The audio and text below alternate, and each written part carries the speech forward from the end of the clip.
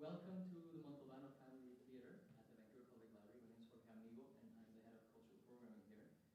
Now, before we begin, I want to acknowledge that we're hosting this event from the traditional, ancestral, and unceded territories of the Musqueam, the Squamish, and the Tsleil-Waututh. I'm an immigrant from Mexico, which means I'm a settler in these lands. So I feel a particular responsibility to continually learn about the ongoing effects of colonialism in this part of the world, and to do my part as a public servant to advance decolonization. And speaking of learning, I just want to take a moment to share. I was reading the Yellowhead Institute's latest report on Canada's progress on reconciliation. And as you may remember, in 2015, the Truth and Reconciliation Commission released 94 calls to action. And Prime Minister Justin Trudeau personally promised to fully implement them. So how do you think we're doing with that? So it turns out that after 8 years, only 13 of the 94 calls to action have been completed since 2015, and absolutely 0 calls to action were completed last year. That is a completion rate of less than 2 calls to action per year. So if Canada continues at this pace, it will take another 58 years until the calls to action are completed, meaning that Indigenous peoples will have to wait until 2081 for reconciliation. So I'm saying this because I think that a land acknowledgement is only meaningful if it leads to some form of action. So my hope is that by sharing this, you might go home and look up the Yellowhead Institute and their report, the 2023 report. If you just go to the landing page of their website, it's right there on the landing page. And I think it's important for us to learn about why we're failing, how we're failing, and the ongoing impact of this failure in our society. So now let's switch gears to why we're gathered here tonight. A quick show of hands, who is here for the very first time in this space?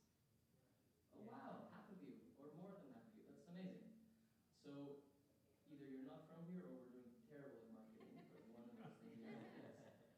Who has been to a library event in the last year of those of you? Great, awesome, we have fans. So a few housekeeping notes. The bathrooms are located at the end of the hall. We also have a gender-neutral washroom that's right behind this door on the hallway. So whichever one you want to use, you can go around the theater and use this one. It's called a accessibility washroom, so that's how you find it on the sign. Please take a second right now to silence your cell phones. It's okay if you take your phone out during the event and take pictures and videos. In fact, we love it when you do that and you post on social media. Just remember to tag us. But make sure you're not making any noise with your phones. And we have our friends from Upstart and Crow here tonight. They are selling books. They're wonderful. It's a beautiful bookstore in Granville Island. I highly recommend you go visit them. And so get books, get a few for friends. I won't come back at the end, so Andrea's going to wrap us up on stage. So just want to remind you that we are going to have a book signing after the event, so stick around for that. And now we get to hear about this incredible multi-award winning book and meet the author. So let me introduce everyone and we'll get this started. Andrew STOBO SNIDERMAN is a writer, lawyer, and Rhodes Scholar from Montreal. He has written for the New York Times, the Globe and Mail, and Maclean's. He has also argued before the Supreme Court of Canada and served as a human rights policy advisor to the Canadian Minister of Foreign Affairs and worked for a judge of South Africa's Constitutional Court. Douglas Sanderson is the Pritchard Wilson Chair in Law and Public Policy at the University of Toronto's Faculty of Law. He has served as a senior policy advisor to Ontario's Attorney General and the Minister of Indigenous Affairs. And Douglas Sanderson is Swampy Cree Beaver Clan of the Opaskwayak Cree Nation. Andrea Crossan is a member of the Tsleil-Waututh Nation. She's an award-winning radio journalist with over 30 years of experience reporting from over a dozen countries, including Afghanistan, Pakistan, Ukraine, South Africa, Uganda, Brazil. And she's currently the executive director of the Global Reporting Center, which is an independent news organization based out of BC. So they're going to have a conversation for about 45 minutes, and then they're going to open it up to your wonderful, wonderful questions. Remember to ask a question and not a long comment. Okay, please. Okay, let's get it going. Come to the stage.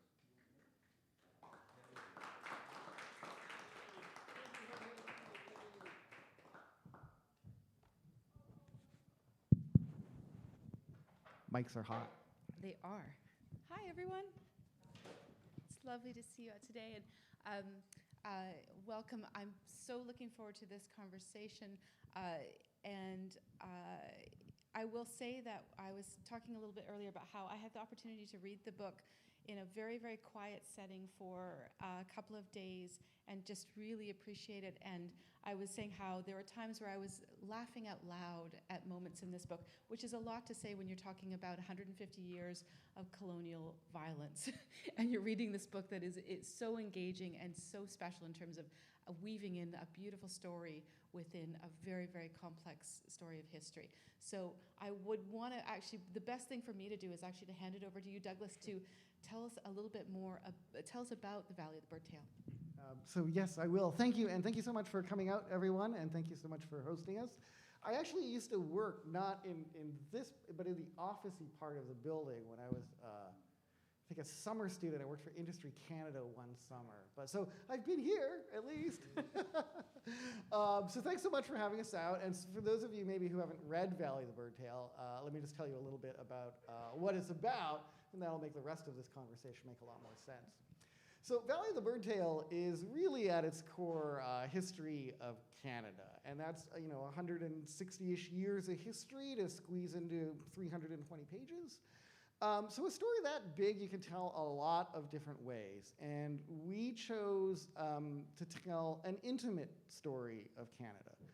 And the way that we managed to do that was to situate the long arc of our nation against the backdrop of two families.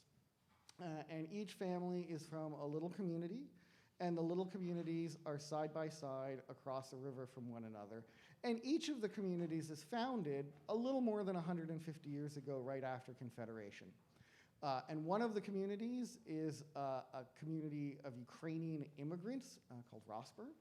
And right across the river is an indigenous community, the Wew'suwet'en Indian Reserve.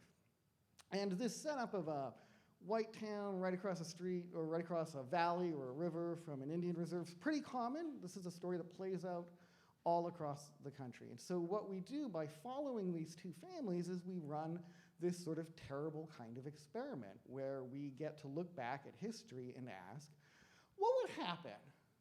What would happen if we had two families living in communities right next to each other? And one of those communities we're going to support. We're going to encourage them to keep their language and their cultures and their traditions. We're going to integrate them into the economy. We're going to give them access to land. We're going to give their children decent schools. What would happen to that family? And what would happen to a family similarly situated, but we did exactly the opposite? We denied them their language and their culture. We stole their children. We gave them crappy schools when we gave them schools at all. We denied them access to land and the economy. What would happen if we ran that experiment, not just in these two little communities, but we ran it in hundreds of communities all across the country for 150 years? What would we get?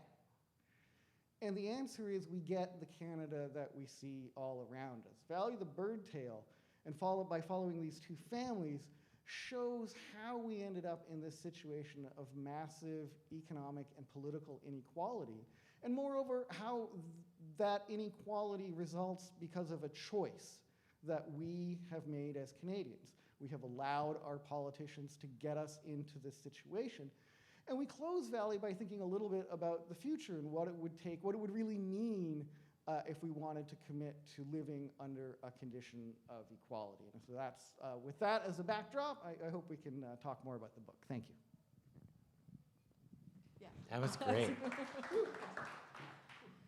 So within that, you have this this powerful story of, again, the other sides of the valley, other sides of the river, and the disparity between these communities. And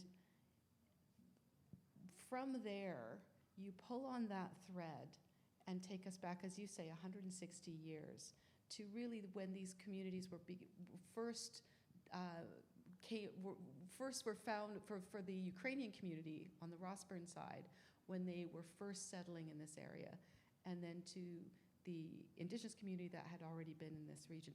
So what was that initial tension like, and how did that evolve in ways, and I know this is a lot, you did it in 300 pages, and I'm asking you to do it in 300 words, but how can you look at how that evolution happened between these two communities as you're watching through time as the tension and the stereotypes and the assumptions are building.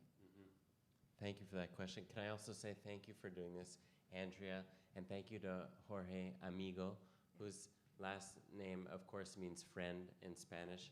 And I feel like I'm among friends. It's wonderful to be here with you. I have the friends of my friend Emma. Thank you for coming. Ruhula, who I haven't seen for 15 years, an amazing journalist. My Ottawa roommate, Scott McIntyre, who supported this work for years before it had a publisher. Thank you for coming, everyone. It's great to be here. I feel like we're among friends. So, and thank you for that question. So I think what we found, which was amazing, was that when these two communities are created, there's actually a moment of possibility in the early years, where in this place, as across all of Canada, reserves are created and communities are more or less forced onto them. But the border between these two places still doesn't feel that real. And so people know each other. They trade with one another. They know each other's languages. There's a moment where, in the general store in the town, the guy running that, he speaks Ojibwe. His kids speak Ojibwe. That is normal. Your neighbors speak that language. They are neighbors who know and listen to each other. And that moment doesn't last long, because this country doesn't let that moment last long. And there's this kind of shimmering possibility of these communities actually developing together, and it gets snuffed out because we have all these laws that make this community of Indigenous people separate. And we say things like, you cannot leave your reserve without a pass. It is a crime to leave without permission. Sometimes you need a letter of recommendation to get off. That was called the pass system, and it lasted a long, long time, about 60 years. It was illegal to sell anything that you grew on the reserve, as of course you know, having read the book, without a permit that was signed by a federal agent. And so on one side of the river in this town, you can sell whatever you grow. The government builds you a railway stop, but when you're on the reserve, there's this hugely onerous restriction on you that makes it almost impossible to succeed as a farmer. And as Douglas was saying, there's this series of measures that, for example, make it a crime to perform your ceremonies. And there's the divisions of schools. And so slowly, over time, this inequality builds generation after generation and after generation. And I think part of what we're trying to get at is that over time, people don't quite see what's happening at a policy level. All you can see is that your neighbor is poor. Your neighbor is not flourishing. And the inference that people draw, and I think maybe this will all make sense to you because I've felt it happen in myself, is, oh, they must be doing something wrong.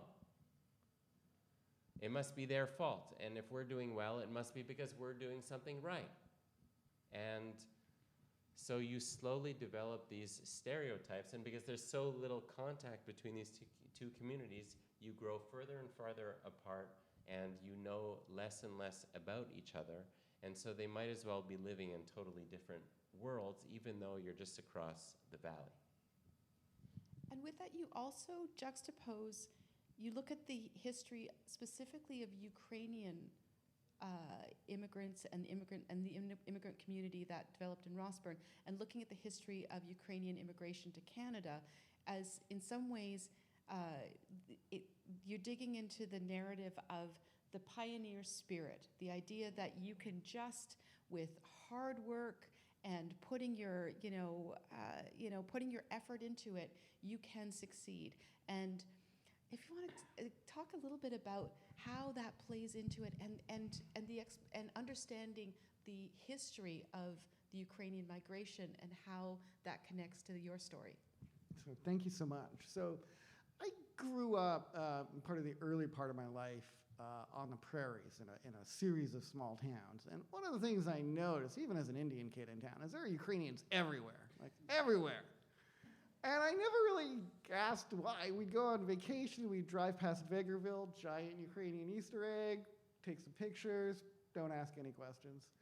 war in Ukraine starts, and I hear on all the news reports there are more Ukrainian immigrants in Canada than any other country other than perhaps Russia. Again, no one explains why. So in doing the work for Valley of the Birdtail, we found out why. And it was because in the early part of the 20th century and the late part of the 19th century, the Canadian government took it upon itself, having cleared the prairies by signing treaties that put Indians onto reserves, then fall to them to populate the prairies. It was decided that Ukrainian immigrants in particular would be the ones. They were Catholic, they had large families, they were being oppressed by Russians even then. And so the Canadian government paid to move all of these hundreds of thousands over the years of immigrants from Central Europe to Halifax, trained across to Winnipeg, given a cart and some flour and a tent, moved out to areas like Rossburn, where they settled, where they had access to 160 acres of land for $10, and then they struggled. And researching Valley, it became clear just how hard it was for those families in the early years, and they faced incredible discrimination. They were not considered to be white, even though they were extremely pale. They were referred to as pests and immigrant scum, but they persevered. They worked hard. And they also obtained a lot of government help, kind of in the background, in the way that you might not really notice it if you were just a citizen. So, like putting a grain elevator next to town, right? Suddenly all those farmers could sell their stuff in market, right? Giving them access to schools that were run according to provincial standards. Access to 160 acres of land, which once you have that, now you can borrow money against it. You have access to credit. Now, all of these things were denied to Indigenous communities, but to be fair, I don't think anybody in Rossburn realized that.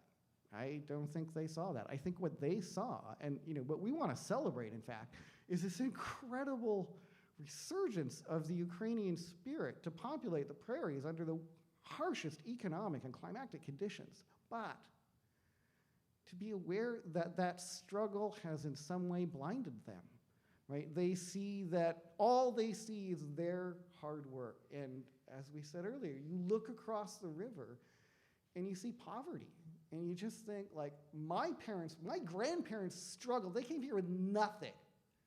You've been here all along. And now look at us. We have businesses. We have decent schools. We have gas stations. Our kids go to university. What about your kids?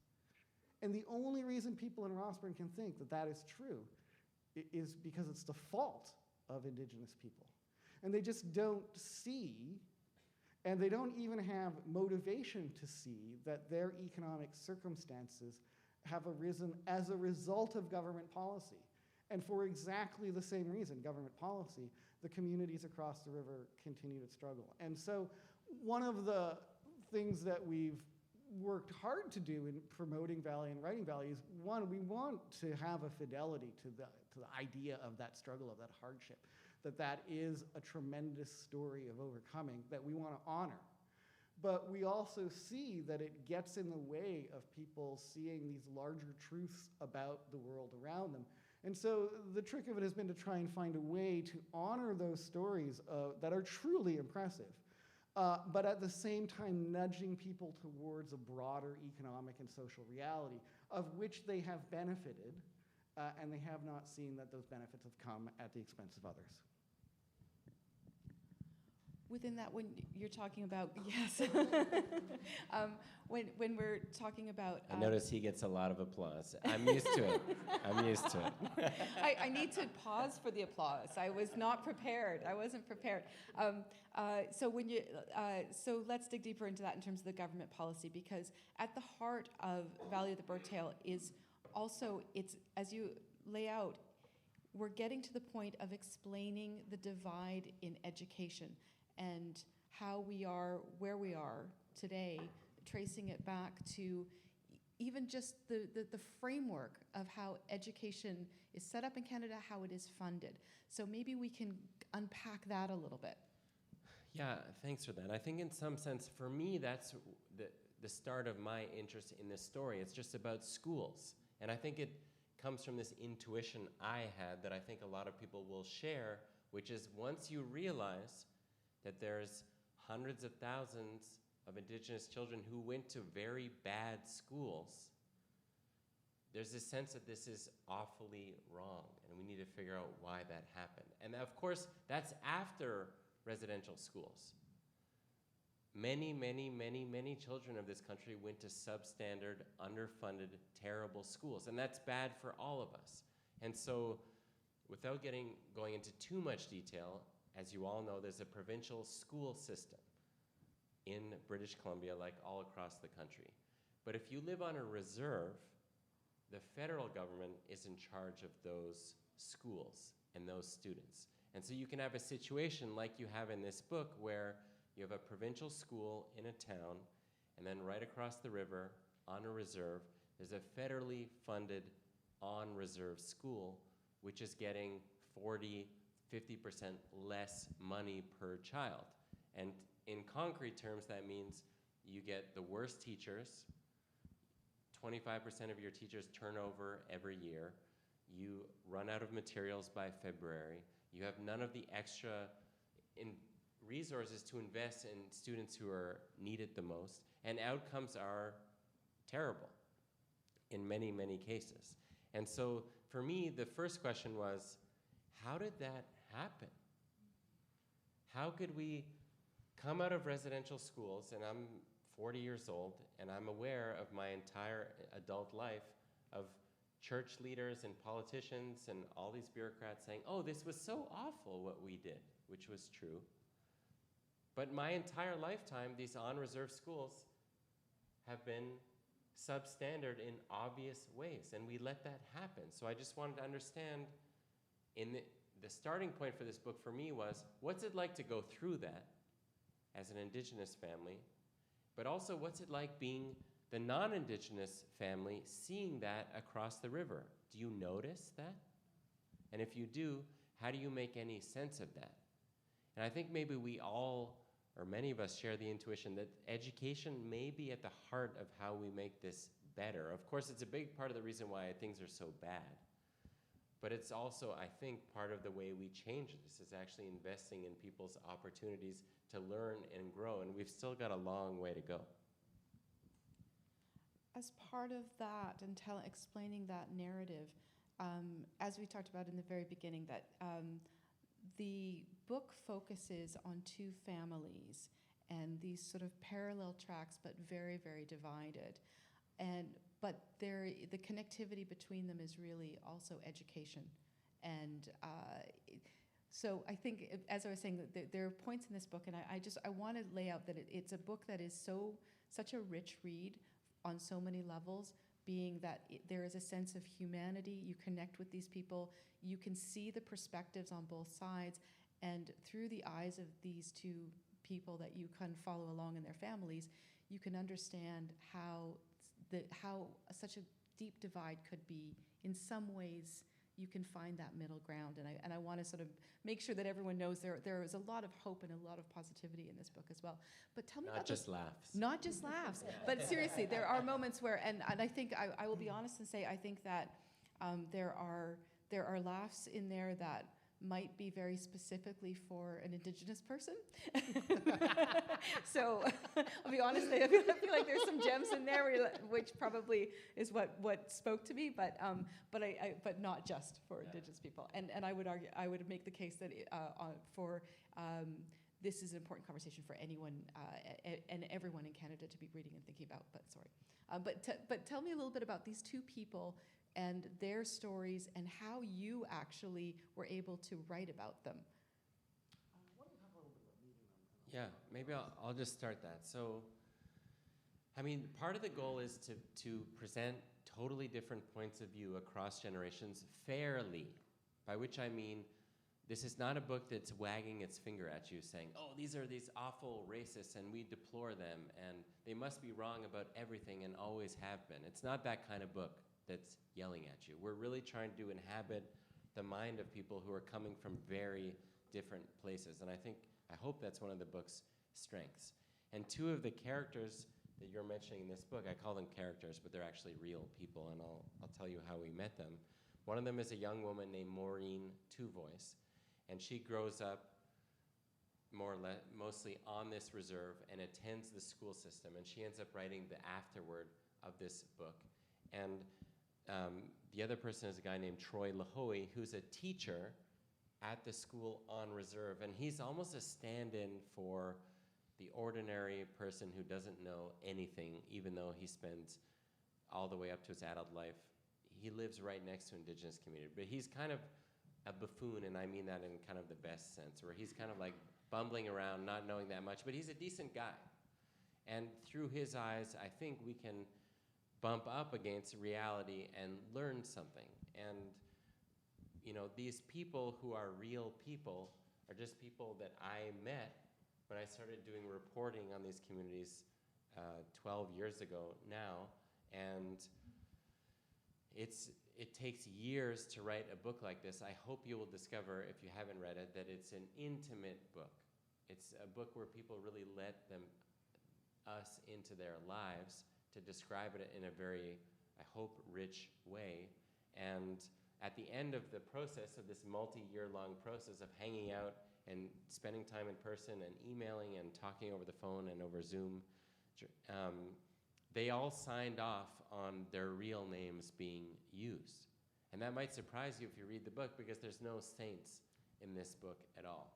They're all people with faults like the rest of us, but they all wanted to be a part of this, to tell the story as well as could be told. And no one said, can you take out that bit? Every single person said, can you add a little bit more to make the story more true and more rounded out? And so through these two people and their parents, and in some cases their grandparents, we're really trying to trace the arc of what it's like to live in these places.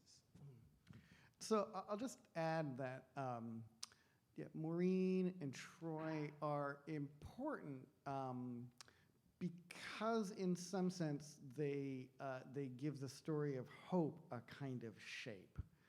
And by that I mean, earlier I was talking about how these two communities, they were across the river and they didn't know anything about each other. And that remained true until, a series of events occur. One of them is Maureen goes to university. She takes her master's degree and she learns about the history of her neighborhood. And she's, living the angry life of an Indigenous kid who's like learning about the pass system and residential schools and realizing why her mother is so messed up, and she's angry. But then, she flips a few pages through the history book further, and she comes across the history of Ukrainian internment in Manitoba. And it turns out, all her neighbors across the river, they were interned. Why? Because at World War I, Ukraine was aligned with the Tsar. So even though we brought all those immigrants over, even though we set them all up, we still penned them in exactly the same way as Maureen's family was penned up. And Troy, he knows the numbers. He's working at a school. He knows that the school across the river gets 25% less funding per student. He knows that. But when he becomes principal of that student and he realizes that 25% per student is like $2.5 million out of his budget, that there's no way to make up, it becomes really real for him. And his dad, Nelson, spends his whole life in a bar telling Indian jokes with his buddies. He's a teacher. And one day, after he's retired, he gets the opportunity to teach in the reserve school, adult education. He takes it. And he realizes, he sees suddenly people's life stories. He reads their journals. He realizes how much they're struggling. He learns about their lives. And he says, for my whole life, I was probably a racist. And I probably am one still. I mean, this level of self-awareness that his journey is not over, right? Those characters are so important because that's where the hope lives, right? In seeing people change, seeing that with the right information, even the most racist of those small town old white guys can learn that they don't know and that they were wrong, and that hope is possible. And that both sides of the communities, both communities need to learn about the other one. They've lived for decades, generations, under these assumptions about what their neighbors were like, and never bothered to really cross the river. Now it turns out, because of a series of circumstances that we can talk more about later, their children are crossing the river. Their children are going to each other's school. They are now in a shared school district. And we think that's the only place in Canada that that actually happens. But we think that that is the kind of thing, among many others, that has the possibility to bring about the kind of change that makes significant economic and political change possible.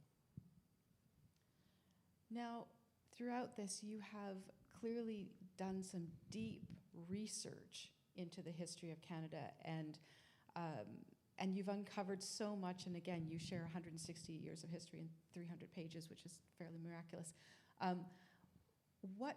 Certainly there were things in it on the some parts of the book that were surprising to me and things that I learned. What did you learn in the writing of this and the research that you did around Canadian history? It helped a lot that I knew almost nothing. As a good Canadian boy, I was taught almost no Canadian history. And it turns out it's really interesting, but no one seems to know that. And for me, to put it in the most crude way possible, if you'll allow me, when I was reading all these books and spending lots of time in the archives, whenever I found something that was true, that made me think to myself, holy shit, I was like, that's going in the book. And there's so much that is known in libraries, in archives, that is not known in a popular way. So in some small way, we're trying to just put this stuff in a more digestible, readable form to share all this stuff, because they are amazing, compelling stories. Some of it's heartbreaking, some of it's inspiring, and for me, it was a huge education. And of course, you can't fit everything in, and you try to fit in the stuff that fits together in the way that's actually readable. But I will take a moment to say that a shocking thing for me that was very difficult to accept were the calls I made to retired living bureaucrats who'd been in charge of the Department of Indian Affairs back in the 80s and the 90s. You know, they're out there. They're not that hard to find. And I would write them, and I'd say, hey, can you chat? And they'd say, sure. And it would get to the point in the conversation with 3 or 4 of these people when I would say, did you know that on reserves, students were getting 40, 50% less funding as compared to kids just down the road in provincial schools? And they all said, yes. It was obvious. We all knew. Everyone knew. But it just kept going. And that's very difficult to reckon with. And I think in a way this book is trying to explain how that happened. And I think it helps to tell this much longer story. And how could you be living in this town with all this inequality across the valley and not really engage with that? And there's a part of, I think, a part of me just wants to say, oh, we're racist, and then you kind of move on. But I think the explanation, that may be true, but I think the explanation, it is true. But the full, it's true, it's for sure true, but the richer explanation is so much more, there's so much more there that we need to unpack. So in a way, this book is my way for myself of saying, okay, how does that happen? And maybe the best way to do that is to take a big step back and follow these families and see how they see things. So I guess for my own part, I'm a law professor who writes and studies in this area. So in some sense, none of it was new. But then it wasn't. I mean, let me explain. I think I have learned about the atrocities committed against Indigenous people, like kind of in the way that you have, though maybe earlier. So, I don't know about residential schools, and then one day I do, and it's horrible, and like what an appalling tragedy. And then maybe one day I learn about the pass system, like, oh my God, that's outrageous, that's terrible, I can't believe that happened. And then sometime later, learn about the permit system, about not being able to sell produce. By the way, that law was in place until 2014. So you learn about that, and you think, oh my God, that's outrageous, that's terrible. And then maybe sometime you learn like, oh yeah, Indigenous people were not allowed to hire lawyers. Like, oh, that's outrageous. And so I experienced it, I think, initially like you did. There's like this series of like, oh my God, that was unjust. That was also unjust. Well, sometime later, that was also a terrible injustice. In researching and writing Valley, what I actually saw for the first time was how all of those policies were designed to work with each other, that they're all designed hand in glove as part of one giant government policy of oppression. You can take people's children away to schools hundreds of miles away, but they're gonna wanna visit them, so you need a pass system, right? And they're gonna wanna raise money to hire lawyers, so you gotta make sure that they have no economic activity, so they can't access credit and they can't farm.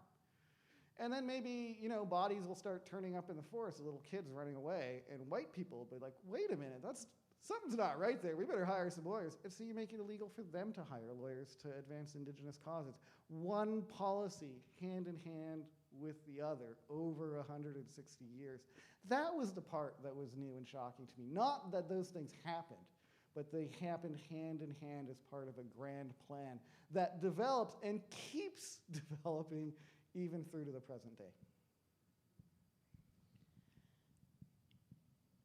You touch on that, you've mentioned talking about the role of residential schools in this. But I think for me what was the surprise is that I think we have a much better understanding now in Canada about the role of residential schools and intergenerational trauma.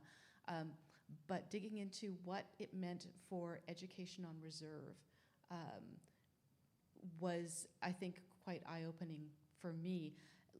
Let's take a look at where the book goes with that, though, because as we've talked about, there is this nugget of hope, and there is this opportunity for how reserve education can and should evolve and change when we're talking about equity and equality. Yeah, thank you for that. You know, I want to say there's kind of an ambiguous moment that leads to the hope. And this is important because at the end of the book, there is this amazing thing that happens, which Douglas was gesturing at, which is that all of a sudden, all the students on reserve, they get equal funding. And it allows the school on reserve to actually properly fund their teachers' salaries, and they get to make sure they have decent class sizes, and they have the things that they need to better support their children. But that doesn't happen because there's some moral epiphany across the river or anywhere else saying, oh, it was wrong all along. It's not that. It's that the town realizes, oh, we're actually losing a lot of students who are moving to the bigger cities. We're at risk of closing down our schools. We can't staff our schools anymore. Oh, but there's 300 Indigenous kids across the river. Maybe we could figure out a way to partner with them, and if we pool our resources, then we could do things better.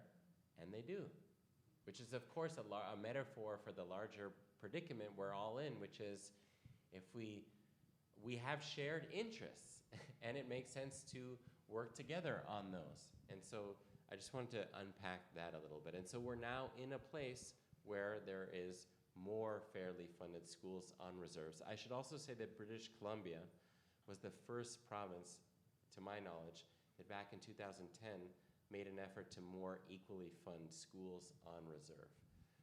And I think the one thing I want to emphasize, which is I think new to a lot of people, and it was new to me, which was to address the point, why do we have separate schools on reserves in the first place? It was kind of a mystery to me. And it's because after residential schools, as you know, students went to provincial integrated schools. All the Indigenous kids were going to school with everyone else.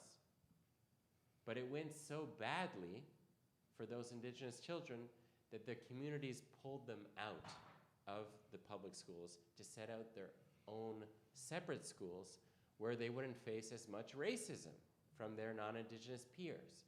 And so it sets up this question, which you got at in your question, which was, okay, what are the possibilities of having a separate school on reserve that is a place for flourishing?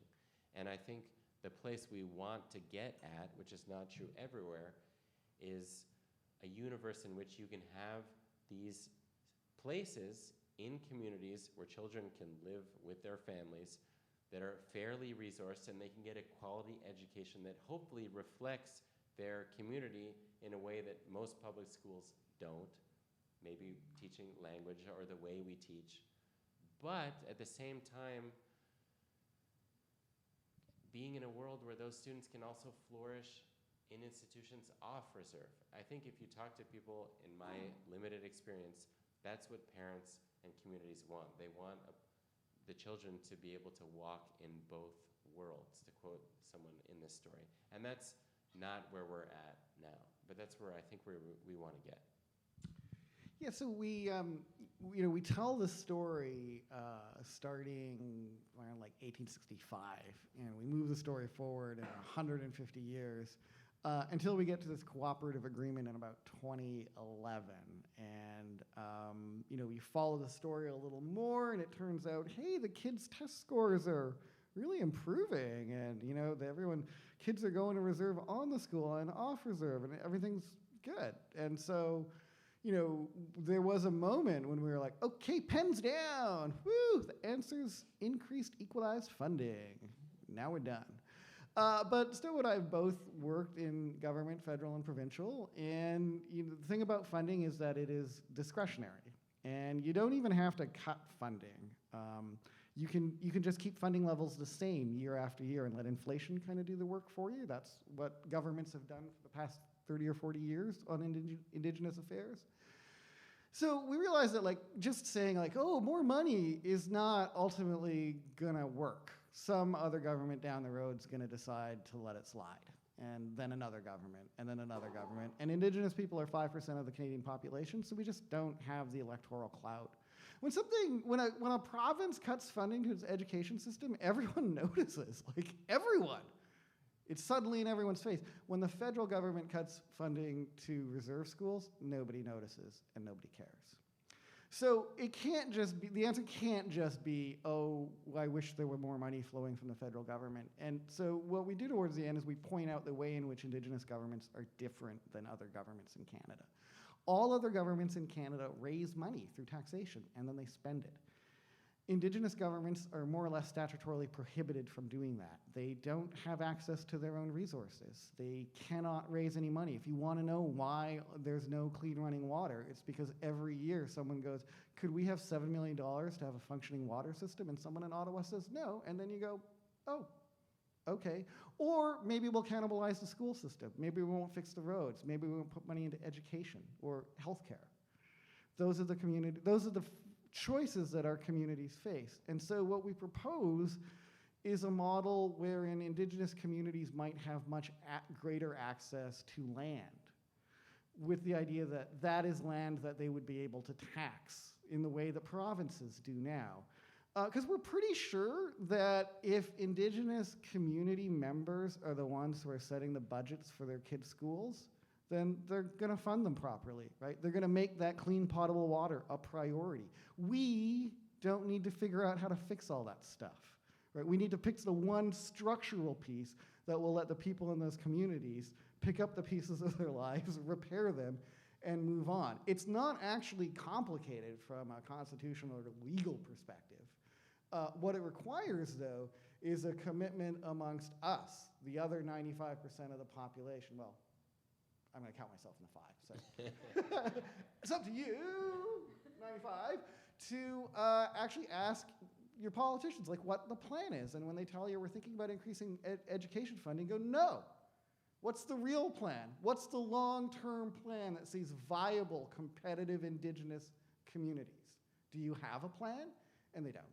But if we start asking, they'll start wanting to come up with one. But they're never going to do it on their own. They will never decide that we're just going to do the right thing here. So part of the purpose of Valley is to generate amongst you not just the goodwill, but seeing that this is a possible world, right? And people describe Valley as hopeful. And there's a way in which it's not, really. We don't ever say oh, if we just do these things, everything will be great. But what we do is we offer an alternative vision for the future, which we've not seen anywhere else. So far, the choice has been just to like keep driving at highway speed and throw money at it. And what we want to do is like pull over, re-engineer this thing, build some roads, and continue the journey in an orderly fashion where we know where it is we're going. For too long, we've just been driving on this thing. We're like, reconciliation will work out one day, won't it? Like, we need a plan. And at the end of the valley, we have something in the order of the shape of a plan, at least something that we could all row towards in a way that we're hopeful would begin to resolve these problems by returning to communities, to economy and policy and spirit and the lifeblood that allows them to function and to raise kids in communities that are healthy in the same way that that's all the rest of us want to be able to do with our own families. Here, here. Thank you. You talk about the half-life of racism, though, and I want to follow that on what you're just saying. Do you see this as our lifetime? Do you see this as your children's lifetime? At the pace of progress that we're doing now, and Jorge pointed out very well in terms of the calls to action, some may argue that the pace is glacial. How do you feel in terms of the changes that you've seen and that glacial pace? Want to give them your favorite timeline? Why don't you start? No, you can even do that. Well, yeah, I really struggle with that question because you almost saw that in the exchange between Douglas and I where I was like, maybe it's racism. Because I still cling to this insane and incorrect belief that everyone can actually change their mind. Even the oldest, crustiest, racist bastard can change his mind. And this whole book is premised on that belief, that, you know, there's something we can learn from going into a small town and listening very carefully and not assuming the worst of people. And there's going to be some truth in what they're saying, and there's going to be some common ground we can build, and we can move forward from that. I believe that. But of course, that's not going to work for everyone or with most people, in fact, so it's not like a claim that this is always going to work. I think it's a claim that it can happen, and we've got to hold on to that. And so I'm not going to be the most strident voice in the room, and I think it's partly because I'm very sympathetic to the people who are like really not there yet, but who could come along with us if we find a way to talk to each other. And I think there's also this intuition I have, I think maybe because I'm a political person, that we've got to do this together. And of course, we're not all going to be doing it at the same time, but we need more of us who care about this stuff. And once there's a lot more of us, it's going to be easier to make meaningful change. So I don't think I'm so naive as to think that we're going to persuade everyone, but I think it is the exercise of seeking to talk to people who completely disagree with us still is worth it, and maybe that's the work of non-Indigenous people with non-Indigenous people to do. Maybe that's not up to Douglas, you know, to do that. But I think it's part of my work. So I often say that this work is so important and we really have to get on it, and it's urgent because I want it cleared up by the time my daughter has grandchildren. And that's, you know, it's because I'm kind of a realist about change. But people can find that discouraging, right? Like they're like, oh, really? I mean, people are often coming at us with the like, exactly this. It's been 8 years on the reconciliation file. Where are we? What's getting done?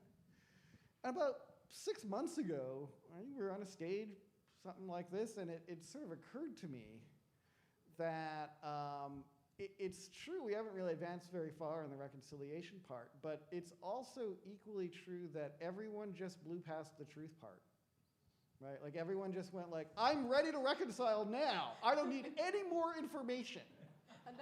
Enough truth. I'm done. Let's get on with it. And it turns out that unless you know the whole story, unless you have access to those truths, the reconciliation part won't make sense. It'll feel hard. It'll feel like I'm struggling to figure out what to do. And it's because you don't know what to do. Because we all need to take a step back and really read the history, read where we've been, read what Indigenous people have been through so that you can see how they orient themselves in the present day to make claims about the future. Just standing here now and going, when is it gonna work? Is not enough. We actually, before we get on with the reconciliation, which is important and vital work, our view is that we all need to do a whole lot more still on the truth part. There's a lot more work for us to do before we get into the hard work of reconciliation, and we all just sort of jump the gun a little bit, alas. Thank you for that. So I'm now going to open up the floor to any questions from the audience if you want to help contribute. I see hands already. I'll go, if you want to, actually, yeah, do you want to share a mic? Thank you. It's a collaborative project here. Okay. Please, it's not that long, please. Thanks, Andrew. I think this question for you, Douglas. Hi, I'm feeling strange standing. You spoke about needing to pull the car off the side of the highway. One of the things that strikes me about your work is that you're providing an example of a place where hope has become manifest. Are there any examples of cars pulling over the highway, to the side of the highway globally, that would make it easier for our Canadian government to say, oh, we're following an example? Because sometimes they like that. Yeah, sure. Thanks. What a great question. So I think all over the world, Indigenous and settler people are trying to come to terms with a relationship that we've never really bothered to do. And so I think there are examples, and they're kind of scattered, and I don't think any of them is amazing, but some of them are certainly much better. So I'm thinking about the Treaty of Waitangi in New Zealand, right, which they use as a framework for all kinds of discussions between Indigenous New Zealanders and their settler population. And they have a tribunal that works to resolve disputes. It's not always a binding tribunal, but it uses Maori law rather than common law. And so that's like a way of generating legal space for Indigenous ideas as they relate to conflicts around things like lands and resources. And so I think that's a really innovative use of law space to advance Indigenous interests in this idea of reconciliation. So I think that's, I think Australia is really showing us how not to do it. They're really not doing a good job. But then, I remember I lived here in the late 80s and early 90s. I don't know if any of you, do you remember the referendum on whether or not we were going to have a treaty process, right? Like that was right after 82. And the whole, 95% of British Columbians said, no. But of course, the province is like, well, thank you for saying so, but actually we're legally obligated. And it's still like that, it's kind of unfolded anyway, right? So while I think the examples are few and far between, I think it's because we're sort of globally only now motivating, I think, to a place where we're able to see that Indigenous peoples are an active political force that is worthy of a kind of equality of respect in social and political and economic terms. But raising people to that level of respect is, of course, costly. And so I think we are only now coming to realize that, the reconciliation talk, like keeping the car driving on the highway, that costs gas, right? And that means that part of these discussions isn't going to just be about, how can we make things better? It's about how am I going to get by with less, and how am I going to live with that? And what we wanted to do in Valley is to talk just a little bit about that, to be a little more realistic about the fact that what we're talking about is distributive equality. And the distribution has not been fair. And having said that, we also want to be sensitive to the idea that, getting people to vote for these kinds of ideas, we can't just impose costs. We have to be sensitive to those costs and think about ways to ameliorate them, to make it so that Indigenous people are going, I understand that we're asking you to pay more, but here's what we want to do about it. And we've all talked about reconciliation like it was cost-free, but it's not. And until I think we have it within ourselves to be able to go like, I accept that what we're talking about is money, then we're not going to be able to get there. And that's why the Treaty of Waitangi thing is so brilliant, because it's not about the money, it's about the law part, and the money plays into that. So thank you. I think there was another question here.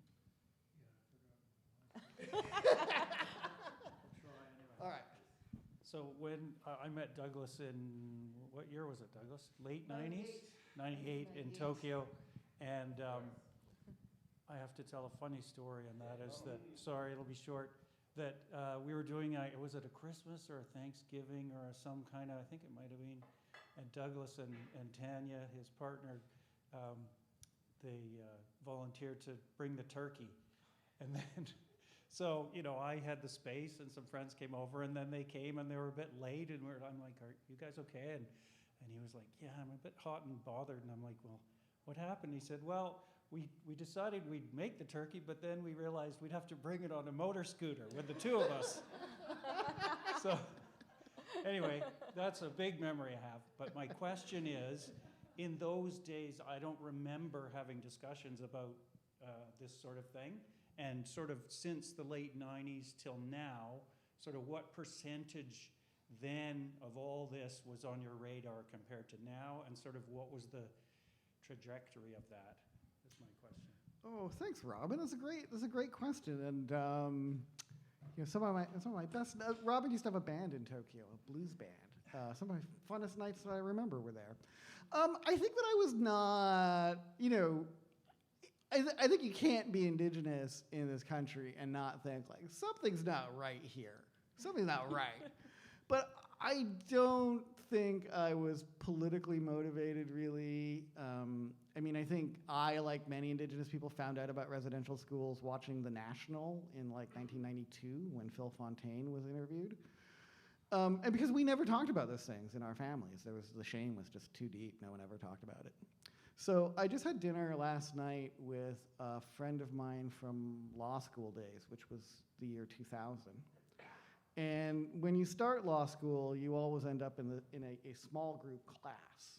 And the first thing that happens is the professor says, okay, well, so here, this is me, and they introduce themselves, say, we're gonna go around the room and tell me where you're from and why you wanted to come to law school. And so people are going around and they're like, I went to McGill and I'm really interested in tort law, or whatever. And so when they got to me, Tim reminded me that what I said was, my name's Douglas Sanderson and I'm here because I want to find out how Whitey's keeping the red man down. and Tim said, I laughed, but I realized, like, I didn't even know Whitey was keeping the red man down. So I think a lot has changed, not just for me, but I think the world around me. Now Tim, I gotta say, works full time at a law firm here in Vancouver, where he does nothing but litigate Aboriginal rights lawsuits. And yeah, 23 years ago, he was like, "Am I oppressing people?" So I think a lot has changed. Thanks, Robin. Wonderful. Any other questions? Oh, yeah. Hi. When is the documentary coming out? Are you a documentary filmmaker? Or a producer? We're looking. I can say reach no, out. that's We're my looking. husband. So you know people. Yes, please. Let's talk. I think it'd be a very good idea, especially to see this idea of this, you say this crusty old man, to actually see him change. And it's a very powerful thing, especially in this climate now, that people seem to be very polarized, and what we have is right. And to see people change and realize to reconsider would be a very powerful thing for people. I agree. Absolutely. I'll look into it. Anyone else? Please. And this is not a question, really, it's a story, because I've followed this book for some years now, and we did a lot of publishing. In fact, the first book on residential schools, Stolen from Our Embrace, was us. That was in my car. So I've lived this for 50, 60, not 70 years. And I simply wanted to say, knowing what a bumpy path books can sometimes take, I'm stunned, and I think what you guys did with this and where you took it from the early drafts is remarkable and worthy of an applause. So that's mine. Thank you.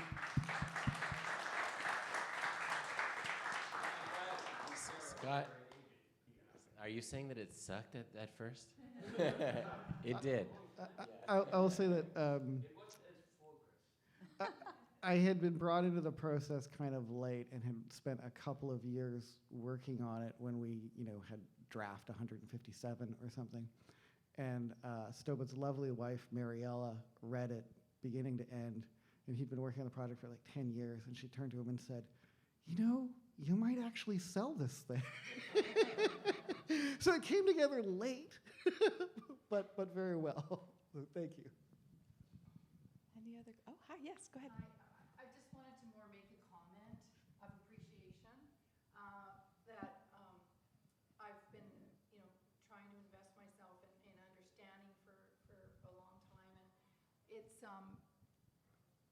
all of my stuff as a white settler woman has come up, and I've had to, keep overcoming personal, obstacles around it and community, with other women like myself. And I just really appreciated the clarity of that the truth has to be the big part of it. And I find what I want to say as a white settler person is that I really want to keep, it's hard work, to keep coming up against the resistance in my people. But it's really, so the clarity I have to take with me is I don't care, and I'm just going to keep putting hard truths in front of people that makes them uncomfortable. Because I just have this idea that it's like the window of tolerance has to just keep increasing for that truth. And the clarity you gave me was that that's directly linked to the ability to have the reconciliation. So thank you for that. Say, amen, sister. And I think everyone has seen today, and I have the privilege of seeing this often, Douglas is awesome. Yes. But, yes. but it's not enough. We cannot ask Douglas and Andrea and many amazing Indigenous people in this country do all the work. First of all, it's not fair.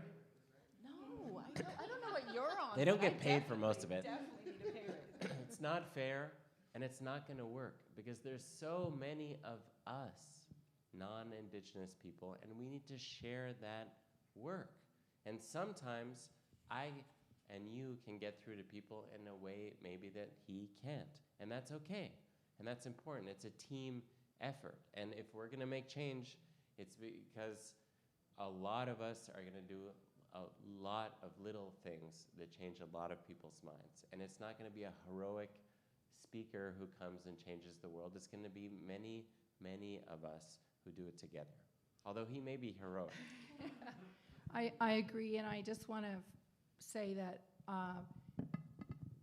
the work that I'm doing is we're very clear to not expect any Indigenous people to educate us in any way, shape, or form. That's our job to do that, so that that burden of responsibility is ours. And I think that's a really important thing we can do. And I work with a group of women. We meet, we're all white, and specifically keep it that way so that we're not risking hurting or burdening anybody with stupid things that we may say. And it's just a really great opportunity to meet every 2 weeks and educate ourselves, read 21 things you didn't know about the Indian Act together and things like that, so that the truth comes out. And it's not comfortable, but that's okay. I hope your reading group likes this book. Yeah. Sorry? I hope your reading group likes this Yeah, book. we'll Yeah. be doing. Cool. I feel like your reading group has some very interesting conversations going on. We'll zoom in. Yeah, exactly. With that, I think that's a really good time to wrap up our conversation, but not without the opportunity. Andrew STOBO SNIDERMAN, thank you so much. Douglas Sanderson, thank you so And much Andrea, for this incredible work. our host. So, Valley of the Birdtail, an Indian reserve, a white town, and the road to reconciliation. An important read, a beautiful read, so thoughtfully written, and again, it's a gem of understanding Canadian history, but at the same time, there's hope, there's guidance, there's wisdom. It's so beautiful. Thank you all for your time, your effort, and energy. Thank you for Jorge Amigo and the good folks at Vancouver Public Library for hosting us today. Yay. We really appreciate you. Thank you so much for joining us. Bookseller. Yes, thank you so much. And yes, your opportunity over here to come in and if you haven't already read Valley of the Birdtail, thank you so much.